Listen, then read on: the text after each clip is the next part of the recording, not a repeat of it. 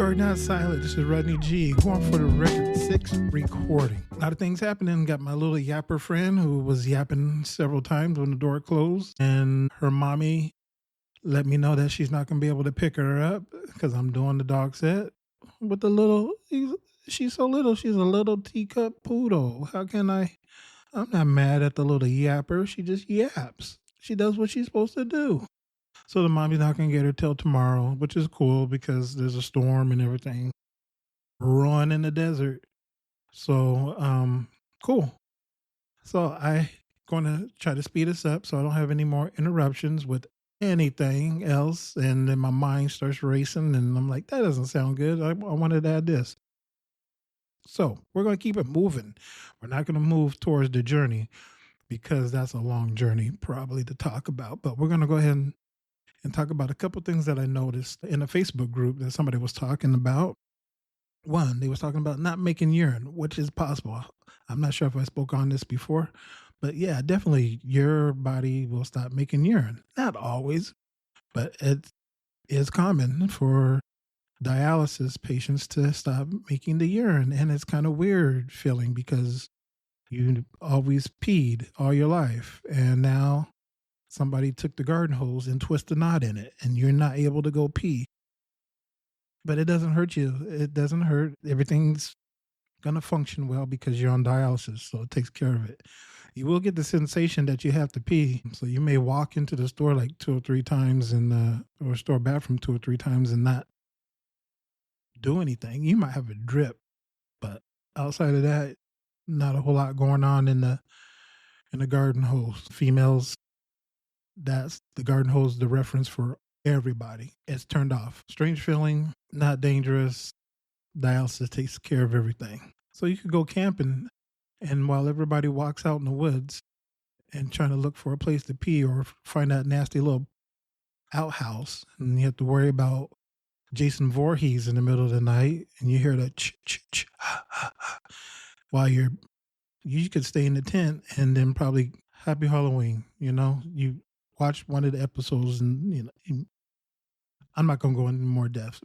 But anyway, so that happens. The other thing somebody mentioned was about the kidney transplant or the transplant waiting list. And you can go on multiple waiting lists. So for myself, for instance, it didn't happen when I was in Tucson because if you was following me, you know what happened.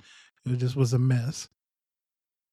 But hypothetically, I could have been on the list in Arizona. I could have been where I was on the list in California. And let's say if I want to go up the coast and I wanted to go to Oregon, I could be on the list in Oregon. And then if I wanted to keep going further up the coast, I could get on the list in Washington State. You could do that. Now, each place, you would have to go through the process of getting tested. And then once you had your transplant, let's say, for instance, I'm living in Arizona, and then they say, oh, you got a kidney in California.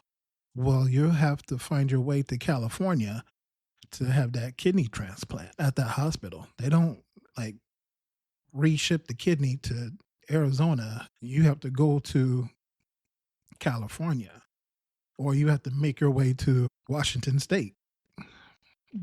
So those are the things that you have to consider. And you have to go through all the testings to each. They don't pass on the files. So each have their own protocol.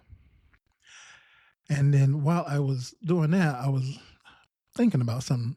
So this is from UNOS. Each year in the United States, approximately 3,800 to 4,500 people die while waiting for a kidney transplant. With recent estimates citing over 3,800 deaths in 2023 and about 4,500 annual deaths in the previous years.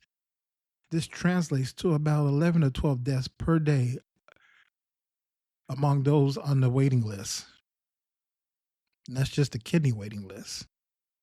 So on average, about 11 to 12 people die every day in the U.S.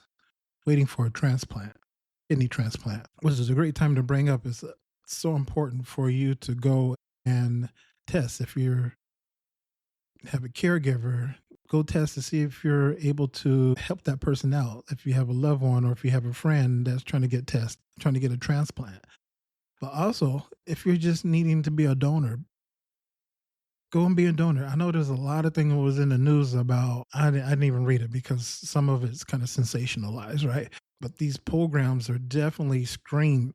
I could tell you, they screen and they monitor and they try to take the best care of the patient and a donor that possibly can, because this is important. And if something was to happen, it definitely could push programs back and back and back. And we don't need that right now because there's already a shortage of transplant organs or organs to be transplanted. So I just wanted to leave off with that uh, statistic and give you that additional information. And that's it. I think I made it without the yapper head noises in the background. So I'm going to try to wrap this up before I get a yipe or a thunderstorm or whatever else is going on. So if you wake up, you have a purpose. Thank you. This is Reddy G. Scarnett Sana. Bye.